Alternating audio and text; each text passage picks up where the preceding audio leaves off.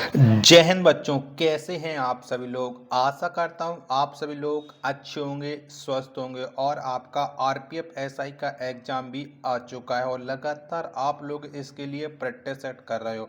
और मैं भी आपके एग्ज़ाम में अच्छा स्कोर कराने के लिए आपको लगातार प्रैक्टिस सेट करवा रहा हूं, जो आपके एग्ज़ाम के लिए सबसे ज़्यादा महत्वपूर्ण होने वाले हैं। तो आज के इस वीडियो में आपको जीके जीएस के टॉप 50 प्रश्न कराने वाला हूँ, जो आपके एग्जाम के लिए सबसे ज़्यादा महत्वपूर्ण है। तो इस वीडियो को आपको शुरू से लेकर के एंड तक है फुल वॉच करते रहना है। अगर आपको ये वीडियो पसंद आए तो वीडियो को एक बार लाइक कर देना।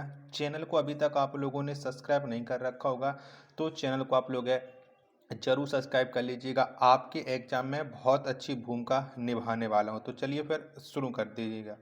तो पहला प्रश्न आ जाता है कि पत्थर की बनी नृत्य करते हुए पुरुष की मूर्ति नटराज किस स्थान पर पाई गई थी। तो नटराज की मूर्ति ये आपको कहाँ पर मिली थी। तो जो नटराज की मूर्ति ये हड़प्पा में मिली थी। एक का सी ऑप्शन राइट आंसर हो जाएगा। दूसरा प्रश्न आ जाता है कि इनमें से कौन सा शब्द सामान्यतः एक बौद्ध मठ को संदर्भित करता है जिसमें बौद्ध भिक्षु रहते हैं। तो ये बताओ कौन सा शब्द संदर्भित करता है। दो का राइट आंसर क्या हो जाएगा। तो वो है बिहार, यानी दो का ए ऑप्शन राइट आंसर हो जाएगा। तीसरा प्रश्न आ जाता है आपके सामने कि प्रारंभिक चेर वंशीय राजाओं ने किन राज्यों पर शासन किया था। तो बताओ कौन पर शासन किया था, कौन से राजा मतलब कौन से राज्य पर। तो ये जो शासन किया था वो तमिलनाडु और केरल में किया था। तीन का ए ऑप्शन एकदम राइट आंसर है हो जाएगा।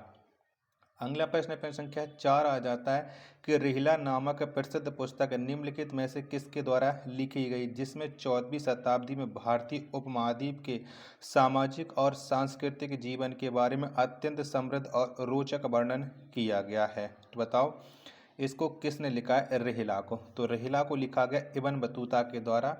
4 का ए ऑप्शन करेक्ट आंसर है हो जाएगा।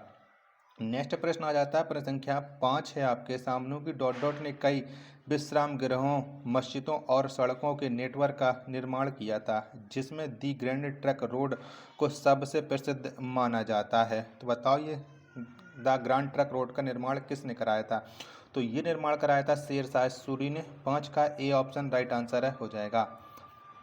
छठवां प्रश्न आ जाता है आपके सामने कि लाहौर एवं कश्मीर में स्थित शालीमार गार्डन डॉट डॉट कालीन वस्तु कलाकृतियाँ हैं। तो बताओ ये शालीमार कौन से काल का है। तो ये है मुगल काल का, यानी 6 का ए ऑप्शन राइट आंसर हो जाएगा। सातवां प्रश्न आ जाता है कि हैदराबाद का अंतिम निजाम कौन था, यानी अंतिम शासक है वो हैदराबाद का कौन था। तो ये था मीर उस्मान अली खान। 7 का सी ऑप्शन देने वाले सभी लोगों का राइट आंसर हो जाएगा। आठवां प्रश्न कि मोपला विद्रोह किन वर्षों के बीच हुआ था, यानी मोपला विद्रोह कब हुआ था। 8 का आंसर आपको देना है। तो मोपला विद्रोह ये 1921-22 में हुआ था। 8 का सी ऑप्शन देने वाले सभी लोगों का राइट आंसर है हो जाएगा। नौवां प्रश्न कि सीधी कार्रवाई दिवस की घोषणा किसने की थी। बताओ प्रत्यक्ष या डायरेक्ट एक्शन डे किसने की थी। तो इसकी जो घोषणा की थी वो की थी मोहम्मद अली जिन्ना ने। 9 का ए ऑप्शन राइट आंसर है हो जाएगा। 10वां प्रश्न आ जाता है कि समष्टि अर्थशास्त्र को निम्न में से किस रूप में परिभाषित किया जाता है। तो बताओ इसे कौन से रूप में परिभाषित किया जाता है समष्टि अर्थशास्त्र यानी मैक्रो माइक्रो इकोनॉमिक्स को। दो ऑप्शन आप ये देख लीजिएगा, बाकी के दो ऑप्शन आपके ये रहे। तो इसे जो परिभाषित किया जाता है वो किया जाता है अर्थशास्त्र की एक शाखा जिसमें समग्र रूप से अर्थव्यवस्था के आधार और प्रदर्शन का अध्ययन किया जाता है। नहीं 10 का डी ऑप्शन देने वाले सभी लोगों का राइट आंसर है हो जाएगा। 11वां प्रश्न आ जाता है आपके सामने कि केंद्रीय मंत्रिपरिषद सामूहिक रूप से उत्तरदायी होती है। तो बताओ ये केंद्रीय मंत्रिपरिषद किसके प्रति उत्तरदायित्व होती है। तो ये लोकसभा के प्रति उत्तरदायी होती है। 11 का बी ऑप्शन राइट आंसर है हो जाएगा। नेक्स्ट प्रश्न है प्रश्न संख्या 12 है कि निम्नलिखित में इनमें से किसने भारतीय पंचवर्षीय योजना का वास्तुकार कहा जाता है। तो बताओ किसे कहा जाता है भारतीय पंचवर्षीय योजना का वास्तुकार। तो ये वास्तुकार कहा जाता है पीसी महालनोबिस को। 12 का ए ऑप्शन देने वाले सभी लोगों का राइट आंसर है हो जाएगा। 13वां प्रश्न आ जाता है कि नीचे दिए गए विकल्पों में से नाबार्ड का सही पूर्ण रूप क्या है। तो बताओ नाबार्ड का आपको फुल फॉर्म बताना है। तो नाबार्ड का फुल फॉर्म है national bank for agriculture and rural development यानी 13 का बी ऑप्शन देने वाले सभी लोगों का राइट आंसर हो जाएगा। 14वां प्रश्न है कि किसी ऋण के लिए समर्थक प्रतिभूति होती है यानी जमानत राशि क्या होती है। 14 का आंसर तो ये होती है कर्जदार की परिसंपत्ति। सी ऑप्शन 14 का राइट आंसर हो जाएगा। 15 प्रश्न आ जाता है आपके सामने कि हमारी आकाशगंगा मिल्की वे के सबसे नज़दीक कौन सी आकाशगंगा है। तो बताओ कौन सी है। तो हमारी आकाशगंगा के सबसे नज़दीक जो आकाशगंगा है वो है एंड्रोमेडा आकाशगंगा यानी 15 का बी ऑप्शन देने वाले सभी लोगों का राइट आंसर हो जाएगा। 16वां प्रश्न आ जाता है कि इनमें से किस अवसर पर चंद्र ग्रहण होता है। तो बताओ कब होता है चंद्र ग्रहण। 16 का आंसर आपको देना है। तो पूर्णिमा पे होता है चंद्र ग्रहण। 16 का ए ऑप्शन राइट आंसर हो जाएगा। 17 प्रश्न आ जाता है आपके सामने कि ओस बनता है। तो बताओ ओस कैसे बनता है। तो ठंडे सतह पर आर्द्र वायु के संघनित होने से ओस बनता है यानी 17 का ए ऑप्शन देने वाले सभी लोगों का राइट आंसर हो जाएगा। 18वां प्रश्न है आपके सामने कि अफ्रीका में विक्टोरिया जलप्रपात किस नदी पर स्थित है। तो बताओ कौन सी नदी पर ये विक्टोरिया जलप्रपात है। तो विक्टोरिया जलप्रपात ये जाम्बेजी नदी पर स्थित है। 13 का ए ऑप्शन राइट आंसर हो जाएगा।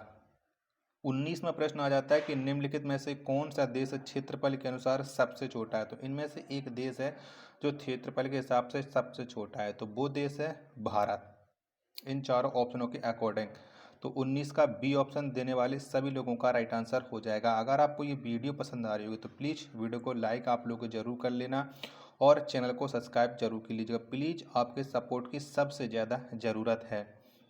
20वां प्रश्न की एकमात्र भारतीय राज्य कौन सा है जिसकी सीमा सिक्किम राज्य से जुड़ी है। तो इनमें से कौन से राज्य की सीमा सिक्किम के साथ लगती है। तो वो राज्य पश्चिम बंगाल। 20 का ए ऑप्शन देने वाले सभी लोगों का राइट आंसर हो जाएगा। 21 नंबर का प्रश्न है आपके सामने कि हिमालय पर्वतमाला का वह हिस्सा जो तीस्ता और दिहांग नदी के बीच स्थित है डॉट डॉट के रूप में जाना जाता है। तो बताओ ये कौन से हिमालय के रूप में जाना जाता है। तो इसे असम हिमालय के रूप में जाना जाता है यानी 21 का ए ऑप्शन देने वाले सभी लोगों का राइट आंसर हो जाएगा। 22वां प्रश्न इनमें से कौन सा ब्रह्मपुत्र नदी का उद्गम स्थल है। तो बताओ कहाँ पर है ब्रह्मपुत्र नदी का उद्गम स्थल। तो ये मानसरोवर झील है। 22 का सी ऑप्शन राइट आंसर हो जाएगा। 23वां प्रश्न आ जाता है आपके सामने कि अलमट्टी बांध का निर्माण किस नदी पर किया गया है। तो बताओ कौन सी नदी पर हुआ है। तो अलमट्टी बांध इसका जो निर्माण है वो कृष्णा नदी पर किया गया है। 23 का सी ऑप्शन देने वाले सभी लोगों का राइट आंसर हो जाएगा। अगला प्रश्न है प्रश्न संख्या 24 है निम्न में से किस राज्य में भारत का सबसे बड़ा कोयला भंडार है। तो बताओ कहाँ कौन से राज्य में सबसे ज़्यादा कोयला पाया जाता है। तो सबसे बड़ा जो कोयला का भंडार है वो भारत के झारखंड राज्य में है यानी 24 का ए ऑप्शन राइट आंसर हो जाएगा। 25 नंबर का प्रश्न है कि निम्न में से भारतीय संविधान का कौन सा अनुच्छेद कार्यपालिका से न्यायपालिका के पृथक्करण से संबंधित है। तो बताओ ये कौन सा अनुच्छेद संबंध रखता है। तो अनुच्छेद 50 का संबंध है। ए ऑप्शन राइट आंसर हो जाएगा। 26वां प्रश्न आ जाता है कि भारतीय संविधान के किस अनुच्छेद के तहत सार्वजनिक नियोजन के मामलों में अवसरों की समानता की गारंटी प्रदान की गई है। तो ये कौन सा अनुच्छेद में की गई है। तो ये की गई है अनुच्छेद 16। 26 का ए ऑप्शन देने वाले सभी लोगों का राइट आंसर हो जाएगा। 27वां प्रश्न कि समाज के आर्थिक रूप से कमजोर वर्गों विशेषकर अनुसूचित जातियों और अनुसूचित जनजातियों के शिक्षण एवं आर्थिक हितों का संवर्धन निम्न में से किसके अंतर्गत आता है। तो ये कौन से अनुसूची या किसके कर्तव्य कौन से तत्व के अंतर्गत आता है। 27 का आंसर देना है। तो ये राज्य के नीति निर्देशक तत्व के अंतर्गत आता है। 27 का सी ऑप्शन देने वाले सभी लोगों का राइट आंसर हो जाएगा। 28वां प्रश्न कि भारत के राष्ट्रपति के चुनाव के संबंध में होने वाले विवाद के अंतिम फैसला लेने का अधिकार किसका है। तो बताओ अंतिम फैसला कौन ले सकता है। तो अंतिम फैसला लेने का जो अधिकार है वो सुप्रीम कोर्ट के पास है। 28 का डी ऑप्शन राइट आंसर हो जाएगा। 29वां प्रश्न कि राज्यसभा के सदस्यों का चुनाव किसके द्वारा किया जाता है। तो बताओ राज्यसभा का सदस्य किसके द्वारा चुने जाते हैं। तो राज्यों की विधानसभा के सदस्यों के द्वारा चुने जाते हैं। 29 का ए ऑप्शन राइट आंसर हो जाएगा। अगला प्रश्न है प्रश्न संख्या 30 है आपके सामने कि उस विकल्प का चयन कीजिएगा जो भारतीय संसद की भूमिका का समर्थन नहीं करता है। तो बताओ कौन सा विकल्प है ये समर्थन नहीं करता है।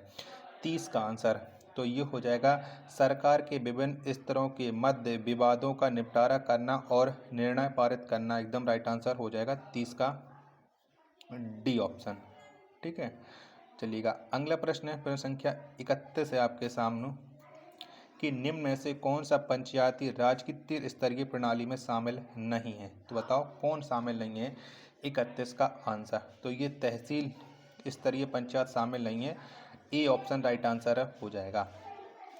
32वां प्रश्न आ जाता है कि इनमें से कौन सी भाषा भारतीय संविधान की 8वीं अनुसूची में शामिल 22 भाषाओं में से एक शास्त्रीय भाषा है। तो बताओ इनमें से कौन सी एक शास्त्रीय भाषा है।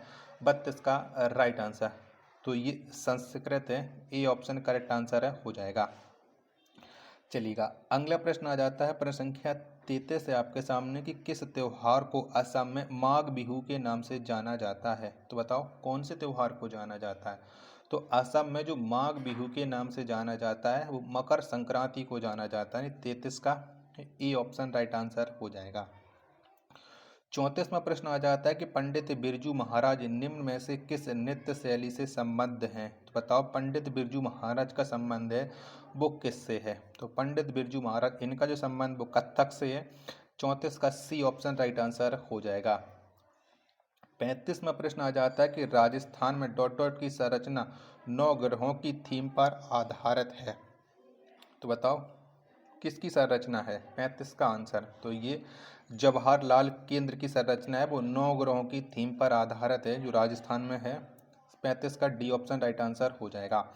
36वां प्रश्न आ जाता है कि विश्व कैंसर दिवस कब मनाया जाता है। तो प्रत्येक वर्ष हम कब मनाते हैं। तो 4 फरवरी को प्रत्येक वर्ष विश्व कैंसर दिवस मनाया जाता है। 36 का ए ऑप्शन राइट आंसर हो जाएगा। 37वां प्रश्न आ जाता है कि यूनेस्को का मुख्यालय कहाँ है। तो बताओ कहाँ पर है। तो यूनेस्को का जो मुख्यालय है वो पेरिस में है यानी 37 का डी ऑप्शन राइट आंसर है हो जाएगा। 38वां प्रश्न आ जाता है आपके सामने कि संबंधित संक्षिप्त शब्दों के लिए गलत पूर्ण अर्थ वाले विकल्प का चयन करें। तो बताओ कौन से विकल्प का चयन हो जाएगा। 38 का आंसर आपको देना है। तो Commonwealth game heads of government ministries ये एकदम गलत विकल्प है। 38 का सी ऑप्शन। चलिएगा 39वां प्रश्न आ जाता है कि भारत सरकार द्वारा जनजातियों के स्वशासन के विभिन्न आयामों का परीक्षण करने के लिए गठित समिति का नाम बताएं। तो कौन सी समिति का गठन किया गया था। 39 का आंसर आपको देना है। तो इसके लिए भूरिया समिति का गठन किया गया था। 39 का ए ऑप्शन करेक्ट आंसर है हो जाएगा। 40वां प्रश्न है आपके सामने के राष्ट्रों का राष्ट्रमंडल जिसे सामान्यतः राष्ट्रमंडल के रूप में जाना जाता है एक डॉट डॉट है। तो बताओ वो क्या है। तो वह है एक राजनीतिक संघ। क्या ये एक राजनीतिक संघ है। 40 का बी ऑप्शन राइट आंसर हो जाएगा। 41वां प्रश्न है कि अंतर्राष्ट्रीय योग दिवस किस दिन मनाया जाता है। तो प्रत्येक वर्ष हम कौन सी तिथि को अंतर्राष्ट्रीय योग दिवस मनाते हैं। तो अंतर्राष्ट्रीय योग दिवस ये 21 जून को मनाया जाता है। ए ऑप्शन राइट आंसर हो जाएगा प्रश्न संख्या 41 का। 42वां प्रश्न है आपके सामने कि नसाउ किस देश की राजधानी है। बताओ कौन से देश की राजधानी। तो जो नसाउ है और यह राजधानी है बहामास की यानी 42 का ए ऑप्शन राइट आंसर हो जाएगा। नेक्स्ट प्रश्न आ जाता है प्रश्न संख्या आपके सामने 43 है कि रेडियो धर्मता की एसआई इकाई क्या है। तो बताओ कौन सी हो जाएगी। तो रेडियो धर्मता की जो एसआई इकाई है वो है बैकुरल। क्या बैकुरल है। 43 का ए ऑप्शन राइट आंसर है हो जाएगा। 44वां प्रश्न आ जाता है कि एक सॉफ्ट की आवर्तन गति को निर्धारित करने के लिए डॉट डॉट का इस्तेमाल किया जाता है। तो बताओ किसका इस्तेमाल करते हैं। तो इसके लिए इस्तेमाल किया जाता है आपका टोकोमीटर का यानी 44 का बी ऑप्शन राइट आंसर हो जाएगा। 45वां प्रश्न आ जाता है गुरुत्व जी के कारण त्वरण यानी आपको त्वरण बताना है। तो गुरुत्व जी के कारण जो त्वरण होता है ये होता है आपका G m/r² यानी 45 का डी ऑप्शन राइट आंसर हो जाएगा। 46वां प्रश्न आ जाता है आपके सामने कि एवोगाद्रो संख्या Na का अर्थ है, बताओ क्या है। तो एवोगाद्रो जो संख्या, इसका जो अर्थ होता है वो होता है किसी तत्व के 1 ग्राम परमाणु में परमाणुओं की संख्या, यानी 46 का बी ऑप्शन राइट आंसर है, हो जाएगा। 47वां प्रश्न आ जाता है आपके सामने कि 150 ग्राम पानी में 50 ग्राम चीनी घोल कर बनाए विलयन में मास प्रतिशत के जरिए मास का संद्रण होगा, तो कितने प्रतिशत संद्रण हो जाएगा 47 का आंसर। तो इसमें हो जाएगा आपका 25%। जब आप इसे सॉल्व करेंगे तो 25% का आंसर निकलेगा, 47 का सी ऑप्शन राइट आंसर हो जाएगा। 48वां प्रश्न कि निम्न में से किस में सहसंयोजी बंध नहीं होंगे, तो बताओ किस में नहीं होंगे। तो मैग्नीशियम क्लोराइड में सहसंयोजी बंध नहीं होंगे। 48 का ए ऑप्शन देने वाले सभी लोगों का राइट आंसर हो जाएगा। 49वां प्रश्न कि निम्न में से किस प्राणी ऊतक में चपटी कोशिकाएं होती हैं, तो बताओ किस में चपटी कोशिकाएं होती हैं, 49 का आंसर। तो सल की उपकला में चपटी कोशिकाएं होती हैं, यानी 49 का सी ऑप्शन देने वाले सभी लोगों का राइट आंसर हो जाएगा।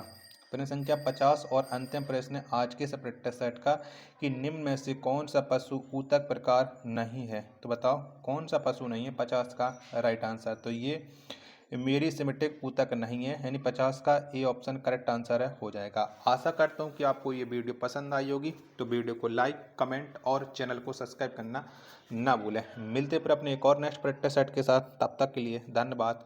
जय हिंद, वंदे मातरम।